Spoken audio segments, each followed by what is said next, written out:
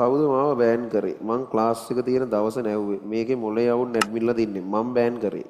ප්‍රශ්නයක් තියෙනවා ආයෙ බෑන් කරනවා.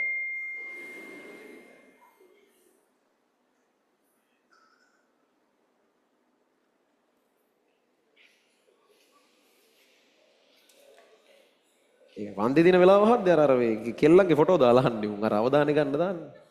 එහෙම ගන්න බෑ ගෲප් වල. හැසිරෙන්න ඕනේ කියන මොකක් හරි ඉමේජ් එකක් එක්ක අර ඉමේජ් එක ඕනෙකට ටක් ගාලා බලනවා.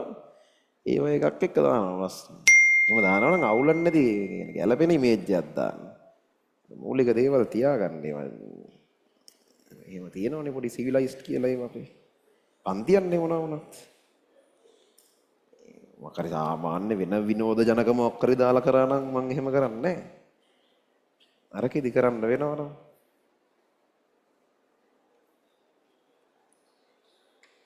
ඒවා අවුලක් නැති තැන් තියෙනවා අවුල් තැන් තියෙනවා.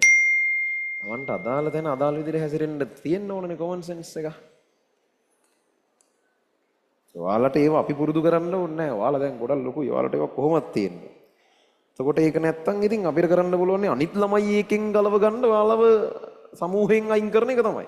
ඔයාලව සමූහෙන් අයින් කරන්නේ ගොඩක් වෙලාවට ඔයාලත් එක්ක තියෙන ප්‍රශ්නයකට වඩා ඒ අර සමහරක් තැනට නුසුදුසු ලක්ෂණ අනිත් ළමයින්ට එන එක නතර කරන්න. මොකද ඒවා දැක්කම ඕනේ වුණා මේක මා රාතල් වැඩේ වගේ කරන්න ඉතින්. ඒක එහෙම ඔයාලගේ වයසට සහ ඒ තැනට ගැලපෙන්නේ නැහැ. ඒ හින්දා ඒවා මේවා කරන්න වෙනවා. ඒ බෑන් කරපු දෙක අයින් කරන්න පුළුවන්. බල් එක අයින් කළා දාන්න. ආයෙ දාන්න එපා මොඩේවා ඈ. නෑ කිව්වට පස්සේ කරාම හරිනේ. දැන් අරගද නොකියලා කියන්නේ නැතුවනේ කරේ. බලමු තීරුම් ගත්තට පස්සේවත් හැදෙන්න chance එකක් දෙන්න බෑ.